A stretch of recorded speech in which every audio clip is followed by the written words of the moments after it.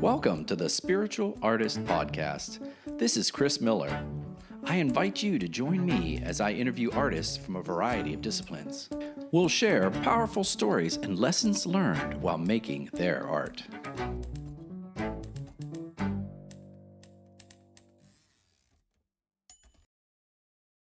Good day. This is Chris Miller with the Spiritual Artist Podcast. I am your host. I'm here today, reaching all the way up to New York City with a wonderful artist that I've met, and we had a great conversation. Her name is Michelle Sakhai, and she is a contemporary artist who specializes in metal leaf oil paintings, beautiful paintings.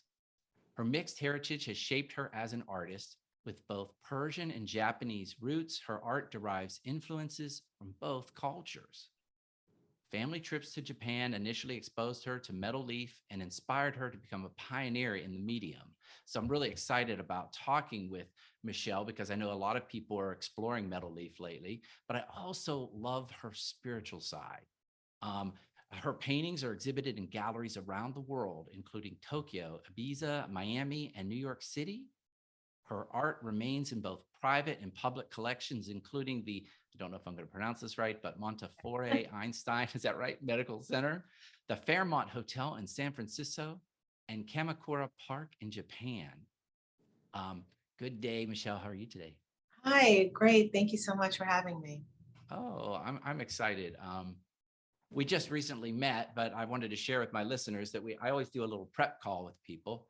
And when Michelle and I were talking about her process and how she approaches the easel and the canvas, I got goosebumps. So to me, that is my body saying, you're on the right track, Chris. You're on the right track. This person has something to share. So I hope that doesn't put too much pressure on you, Michelle. Thank you. Thanks for saying that. I appreciate it. Yeah. So one of the things we talked about was how you approach the easel, but tell me a little bit about metal leaf oil paintings and how you found out about those and what you like to process with that. So I began painting really young, as early as I could hold, anything. So I started with watercolor. I went into oil around 13, and I started more formally, and I was formally trained. I was a plein air painter, meaning I painted landscapes out in the open air. So I would take my easel out, my little canvases, and I'd just go and work outside. And after about 20 years of that, I kind of got, I couldn't paint one more tree. I was just so bored of it, and I wanted something a little more deeper. And at the same time, I began my spiritual path. So I think it was simultaneous, and one kind of helped the other grow. And little by little, I started working more abstractly. And it was interesting because for me growing up, I didn't connect with abstract art. I never understood it. I never, I was interested in learning about it, and I avoided any class about abstraction in college and into my master's. And but there I was after, graduating and starting to experiment and painting from within. And I realized there was a whole nother world of art out there, and connecting more with my inner self, I think, at the same time, and bringing that into my studio space, and bringing a different me into my studio space allowed that part to open up and grow. And so different things just started coming out. And with the gold leaf, I want to say it was, I brought it in little by little into my work. Like I said, I was a landscape artist, so I would use the gold leaf in parts of the painting where light was being depicted, and then next thing you know, I was lining the canvases down in metal leafing. So, so now before I paint, I always line the entire canvas down, whether it's aluminum, leaf, gold leaf, copper, and then I paint over it. And then there's, sometimes layering of leaf and oil. But yeah, that's kind of in a nutshell, this this transition into abstraction. Well, okay, so you said a couple of things I just love. I can feel goosebumps already. So Uh-huh. I try to explain that to people because people always say, why am I attracted to abstract? And Right. I always try to explain that for me, abstract is painting from within. You know, Mhm. instead of looking at something outside of yourself and matching it, which is wonderful, by the way. And we have Mhm. plenty of listeners that do Mhm. landscapes or pastels or you name it. But there's something about, for me, that process of expressing myself in shape and form and line, Mhm. the Mhm. feelings, the emotions I have without a guide, without an outside guide. So it sounds like that's something you find fascinating too. Yes, I think well, for me, it was a freedom that I'd never experienced before. Um, you know, going outside, looking at, the muse became internal. And so Mm. that was a very different feeling for me. And it was so interesting because being an artist for many, many years, it was like I was an artist for the first time again. I didn't know you can feel those kinds of feelings and also paint from a different place, right? Because I was so used to looking out, whether it was a still life or whatever, and all those hours you're doing in school, you know, on that horse and you're painting away. It's like it's a whole different concentration. It's a whole different experience, and I really enjoyed. It was a discovery that, it sounds cheesy, but I think it was the truth. It was like, oh wow, I can just do whatever I want, kind of thing, and that was that was for me, I think, a big step in my work, and since then I haven't looked back. Wow. Well, I have a question for you. So what you talk about something that made me come up with this question. I discussed this with an interview couple back, a muralist that is very much painting from within. Um, I wanted to ask you because I've looked at your work and it's beautiful. So I invite the listeners to go check out your website, and it's very soft and airy and light.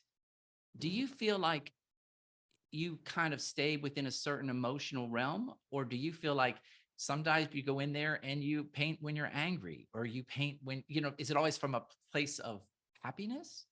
That's a wonderful question, and it's not the first time. I actually get that quite often, and I think, I've always wanted to be an authentic painter. Like I don't, painting is I wouldn't say an escape, or I think I just show up and I allow whatever it is to be.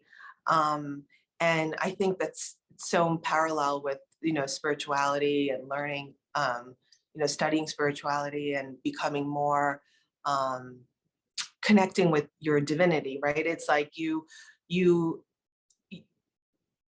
want to remove all masks, right? Because we all have them. Being human, we have all these different parts of ourselves, and it's natural to get angry and to feel sadness and to feel shame. And for me, it was always, no, it wasn't always, right? It was like once I kind of um, gone on this path, it was more about transforming these emotions that we have back to love, because it always goes back to love, right? So I think painting really, and still does, it really helps me because um, you know I can connect with these deeper feelings, whether it's sadness, shame, fear, anger, and connect with that. And as I'm connecting with it, I can transform it. So I think, when people look at my work, I think they say, oh yeah, it's, I feel the happiness. And every painting's different. Some Mhm. paintings I have are lighter than others. Um, and I do have lots of work where I was really going through some um, dark, traumatic times in my life. And I think at the end of it, I think it's still it turned out, I mean, I'd like to think it was a beautiful piece of work because I, while I was working, I was transforming. So going, going through all those emotions and feeling, everything maybe that we don't want to feel, and we do everything in our power every day to escape those feelings, right? Like you're on your cell phone every day, we're all watching movies, we're all trying to be out with friends, be at parties, and avoid all of these, feelings that we made that may be deep within us, even from whether it's from childhood or it's from things that are occurring right now, and to sit with that. And I think there is, and if we do sit with that and we do connect with those parts of ourselves that we really try not to connect with because it's too painful or, shameful or whatever it is. And I think by doing that, breathing into it, really, and saying it's okay and honoring that part of yourself, then we transform them. And it's amazing what can happen within ourselves when we do that, and how much lighter we could be and how much more accepting of ourselves we could be and how much happier we could be at the end of the day. So I don't know if I answered your question, but No, you did. I think, yeah, I'm not trying to just paint things that are happy and pretty. Like I do have a lot of floral work, and I know, that may sound like, but if you do see more of my abstract work, I think when people look at my work, they're connecting with that full, all of the scale, the full scale, from joy, happiness, love, all the way to fear and anger and shame. And I think it's everything in between. And subconsciously, I do feel we feel that in each other, like when you connect with anyone that we all have those parts, and we connect with those parts within each other. Well, it was sort of a trick question because people always ask me that. They'll say, "Oh, your art is so happy." And I'm like, "What? No, it's just where, it's just coming from within." And they see a through line sometimes that of happiness. So I thought that was interesting that you said for you, it's about processing through transforming. You said, I love that word, transforming, I guess, your emotions. Yeah, Is that my right? hashtag is kind of cheesy, but I have transform your soul, and even my book Awakening, which it took me over a year to make. It has my personal quotes and a lot of things that while I was painting, the thoughts that came to me, I wrote them down, and then I ended up making this book. But yeah, it's all about transformation. Yeah. Well, let's mention that you do have a book. It is available on Amazon. Is it Yes, and Amazon my website, yes, as and your well. website? And it's called Awakening. And so that would be a great holiday gift or just a gift for yourself. But uh, I tell my listeners all the time, I put a piece of paper on the wall in my studio because that's when all the ideas come, Mhm. And like you said, that's where the sayings and there's these aha moments in Mhm. front of the easel, and you're like, oh. And I do believe that painting is a metaphor for life, you know. Yes, yes, that's true. And when you were mentioning earlier about, the listeners out there that are painting, from whatever it is, photographs, portraits, I think it doesn't matter so much what you're painting, right? It's like, I think the greatest thing with art, with being creative, is being present. You're so present in while you're working. And um and if that, it is a way of meditation to me, because you are connecting to that deeper part of you.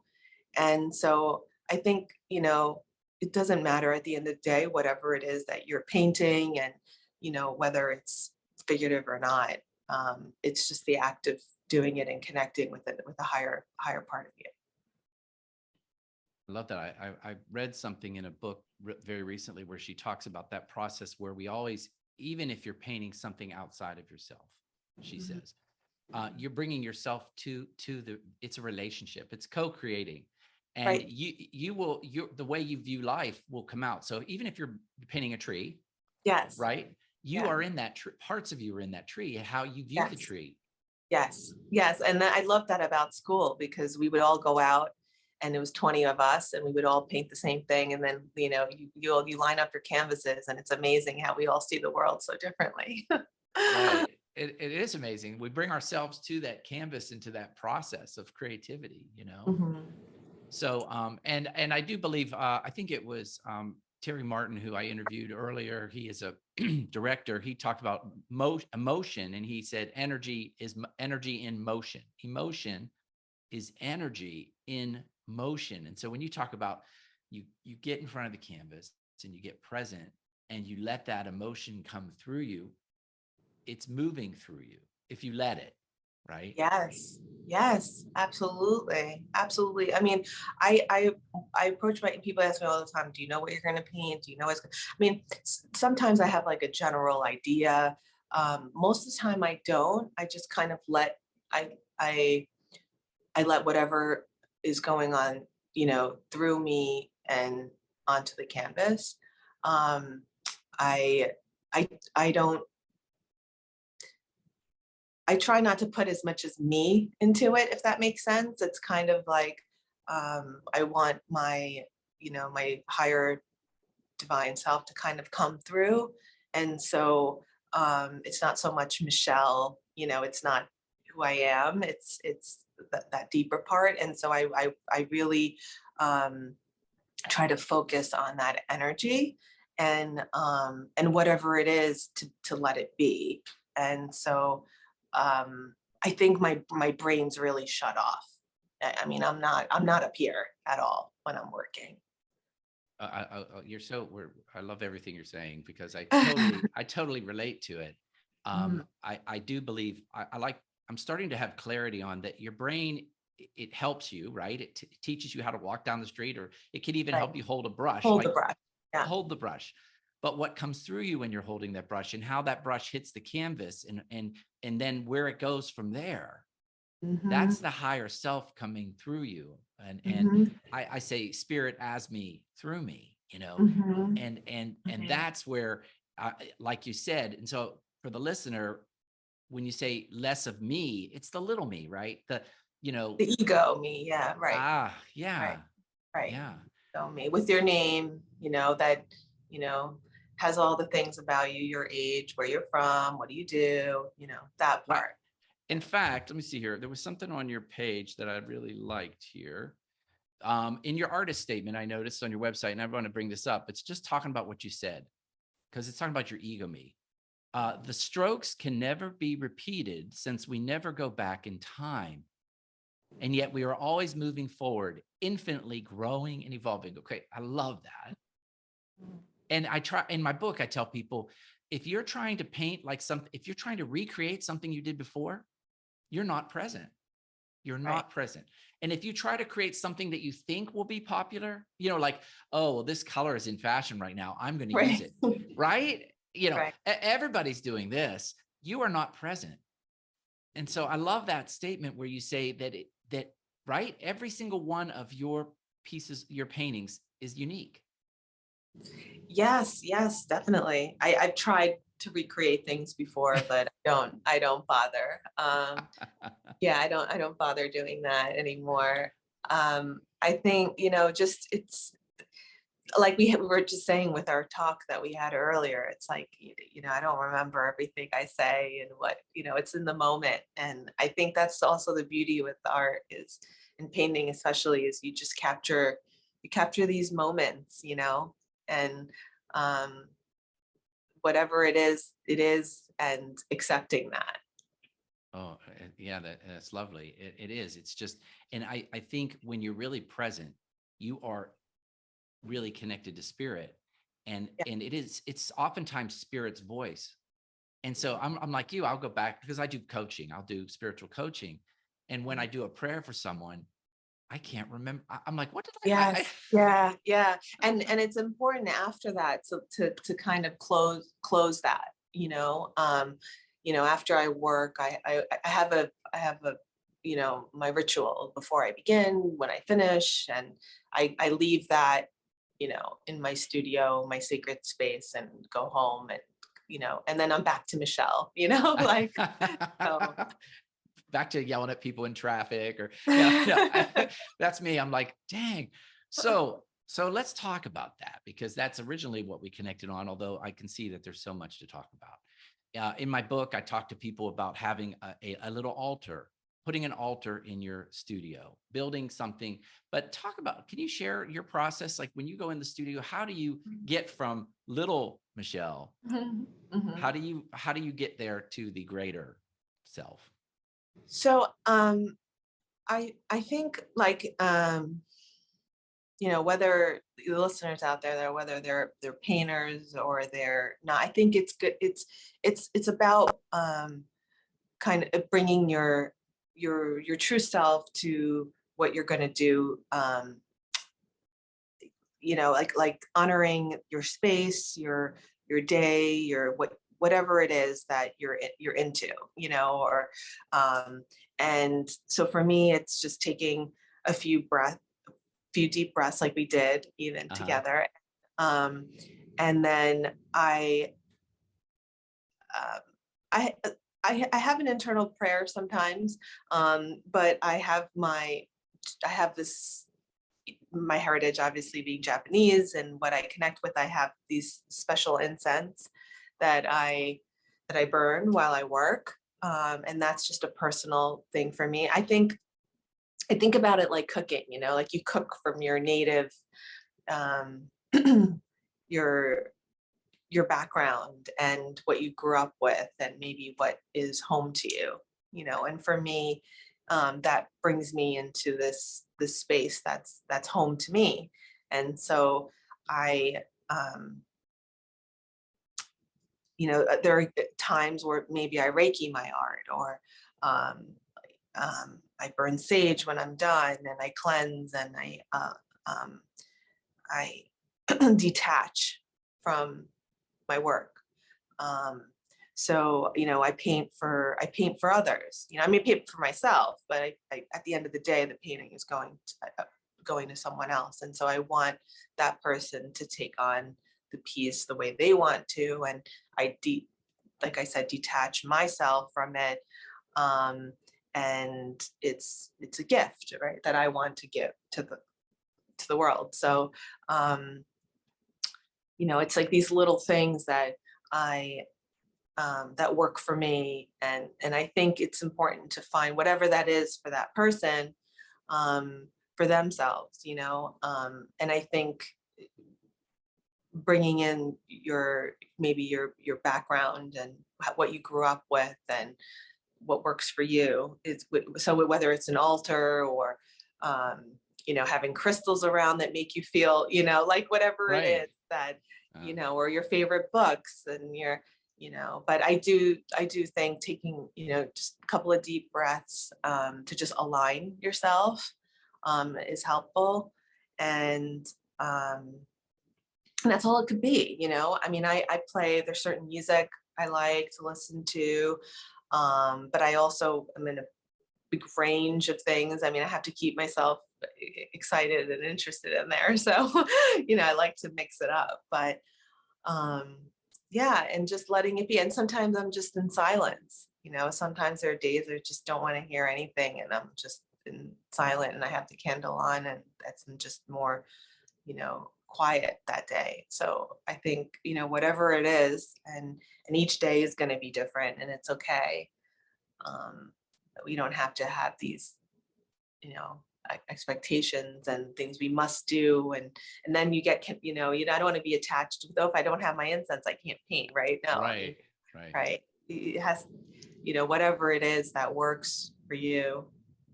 Yeah. Yeah. So I love that. I wanted to grab something you said there that I think is really important that a lot of people might never have tried is if you're used to painting with music, try painting in silence. That Definitely. Yeah. yeah. Yeah. Or if you're used to painting in silence, try painting with music. It's always important to flip your materials a little bit, right? And try something new. Yeah, and I think not just in the studio with painting, but yeah, in life to be, it's to be uncomfortable a bit it could be a good thing, you know. You're always used to sitting uh, in that table in the restaurant. That's all, the only spot you sit. Well, try sitting in another spot, right? Like, Right. yeah, just to be uncomfortable with it could be a good thing. Yeah. So, I remember my painting mentor, she would always say, if you always paint with certain colors, to throw in a color that you hate. I mean, seriously, she would Yeah. say, pick the color that you like the least and force yourself to paint with it. And it will expand your horizons, you know? Yes, yes, I like that. And that's true. And I think, and it's also interesting because even with what I was saying earlier about the abstract work that I really hated as a kid, and here I am painting that way. I never thought that I would be. So, I think also what you think you may hate now, you may love later, you know, you just don't know. And it's the same with music.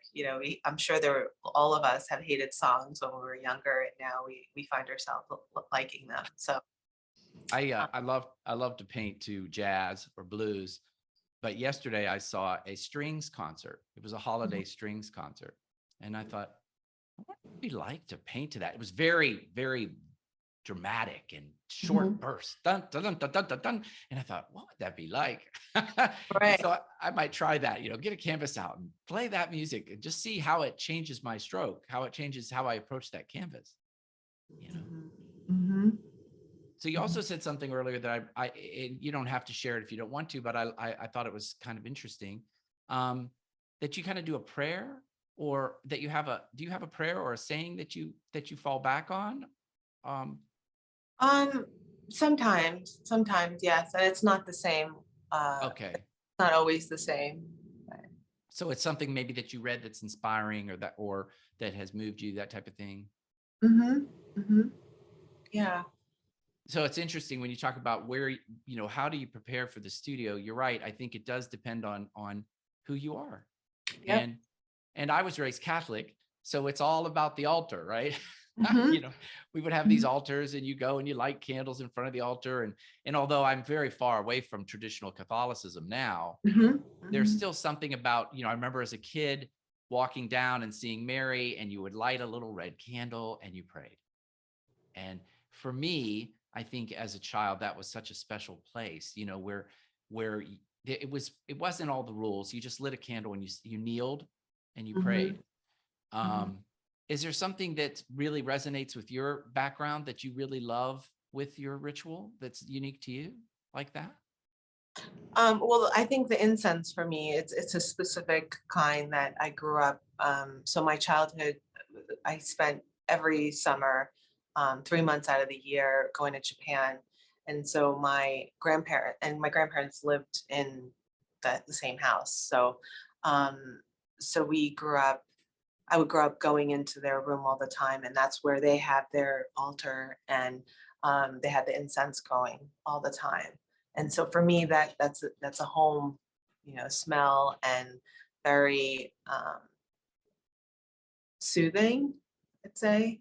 And then going to it's interesting, I'm from a very rural, it's like rice fields, and it's right on the water, in the ocean with mountains. It's beautiful, a very, very tiny, tiny, tiny village.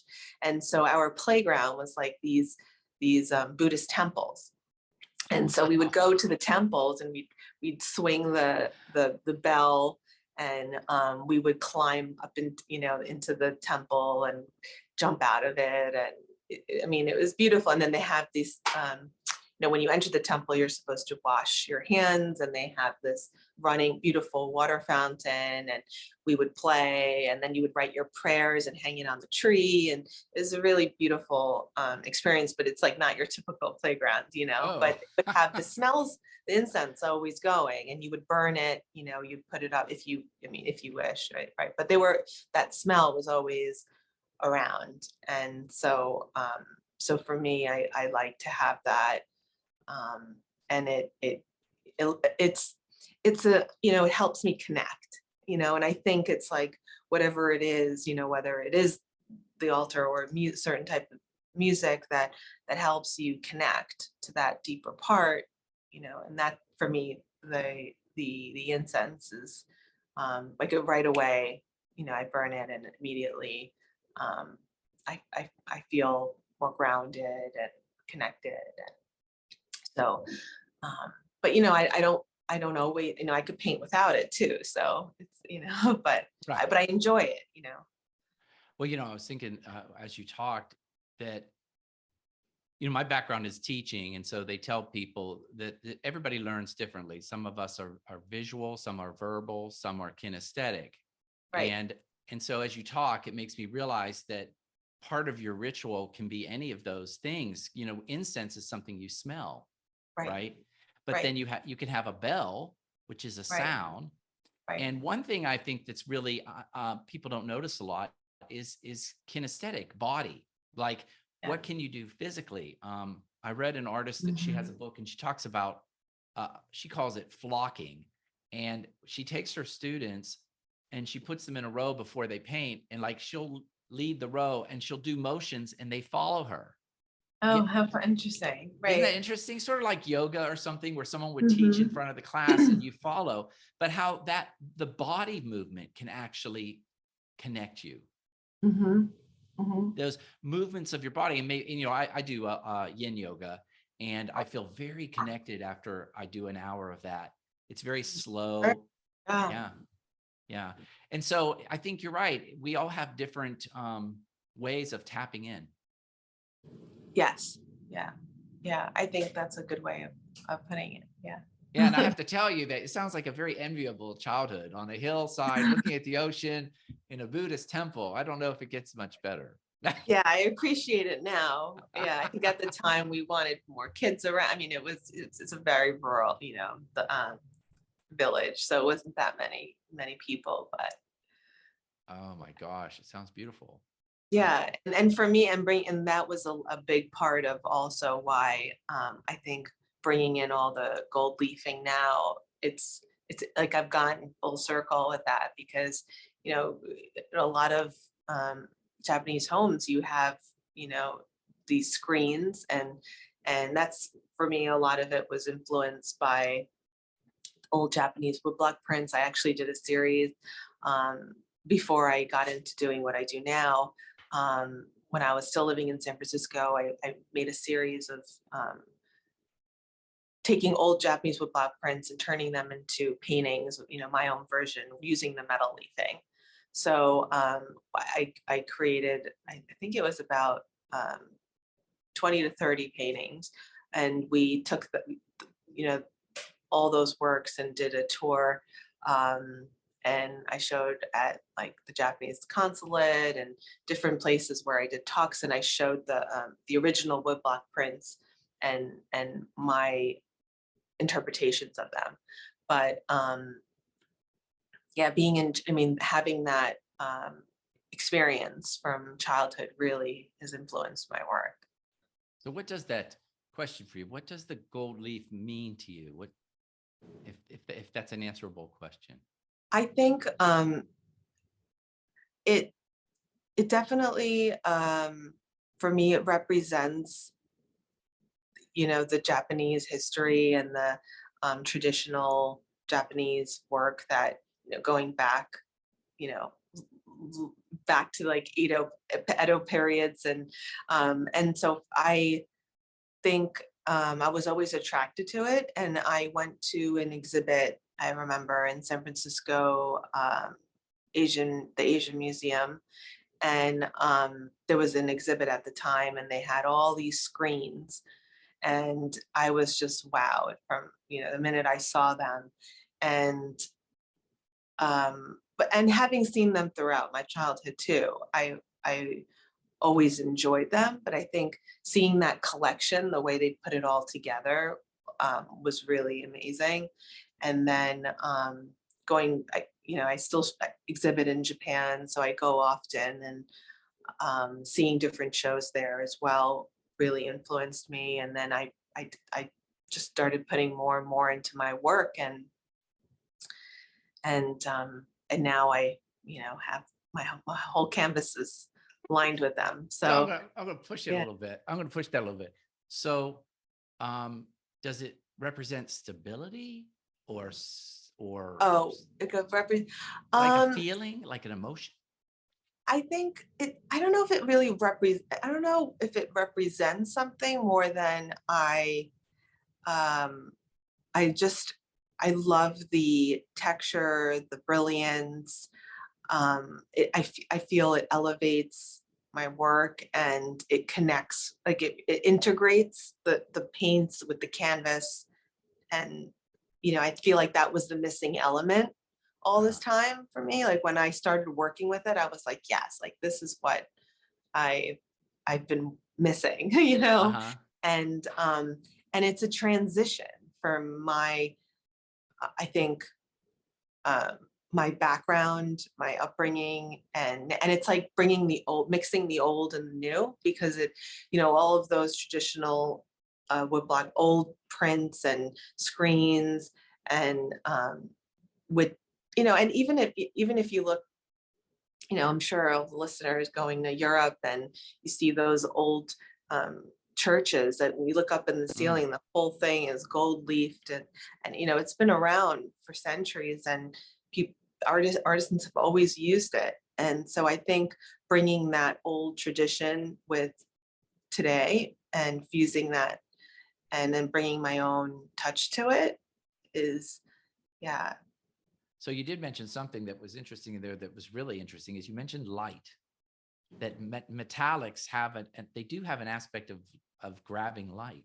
Yes, yes. And so initially I was using that in my landscapes to just depict light. So like I wish I can had some pictures now to show you, but um like I painted a street in San Francisco. I remember downtown San Francisco, and I ended up doing this like 6 foot painting of it. And I put in the light like on the side of the buildings, on the ground, just little parts where you can see the light sneaking in. And and then I was like, oh wow, there's so much I could do with this. And then I brought it in, and then I put it into the sky. So I went into I started the steps going into abstract was the landscape, moving into a series of paintings of skies that I did. So I did about 20 paintings on just skies. And I think for me, that was the transition going in. Looking back now, I know that was the transition because, skies are so abstract, but yet it's literal, it's landscape. And so I was using these little flakes of gold and silver leaf in the sky. And little by little, I just kept using these little flakes, and people liked them. Um, and I would put them on so delicately that if you walked by it, it would move. Um, and so I still work that way now in some of my smaller pieces, where if the wind blow anything below, it kind of flakes and it's moving around. Um, and so I did the series of sky, and I didn't even know why I was so interested in painting skies.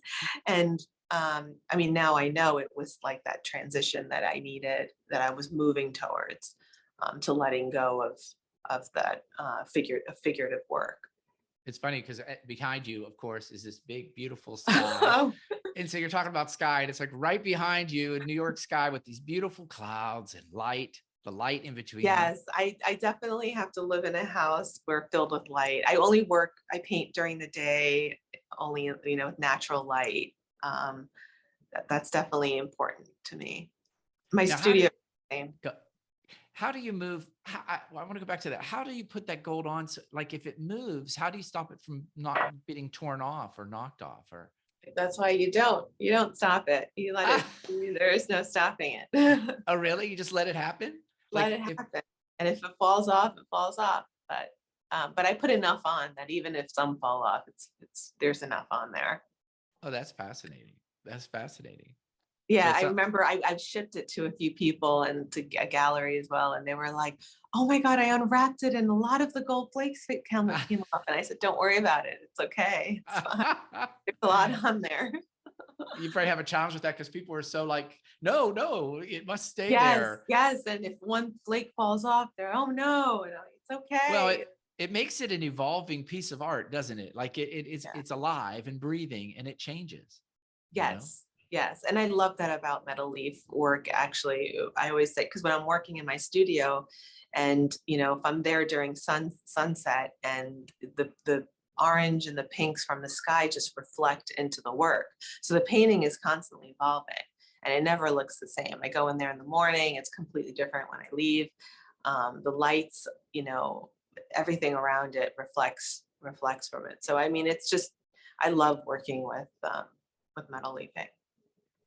Now you got me all excited about trying it. Uh-huh. Actually have a series of work called my light series, and I use sharp edges and contrast to show depth. And they're very linear. But what happens is, just like you said, if you hang them in a beautifully lit hall, as the sun moves across the sky, you get a different experience because the light is hitting those angles differently. And I think that's like behind me is an abstract where I get caught up in that three-dimensional, which is in front, like which is in the front, which is in the back. And Right. your eye is dancing with that. And so it like you said, it sort of becomes alive because it's a different experience depending on the time of the day, the light that's hitting it, where you are, and of Mhm. course, where you're coming from, right? Like your Right. emotional state. Right. So Right. Right. Yes. I Yeah. love the idea of using I'm gonna have to try some of this. I am starting to use some golden metallics, but Mhm. I'm gonna try the that's a whole different material, right? This take Yeah. And it's very delicate and it just breaks, falls apart in your hands. So it's hard to work with. It's definitely not an easy material to work with, but I do, so much of my work is bringing light into painting. So in every aspect. So I it's important to me that I can let it shine as much as it can, I guess. oh, it's lovely. So not just with the materials, but with your energy Yes. and your Yes. consciousness, right? Yes. Yes. Um,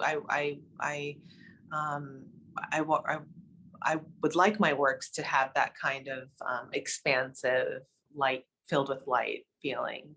Yeah. And especially, you're bringing it into your home, so I just think about what I want to surround myself with, and it's y- things that bring me, feel joy and light and um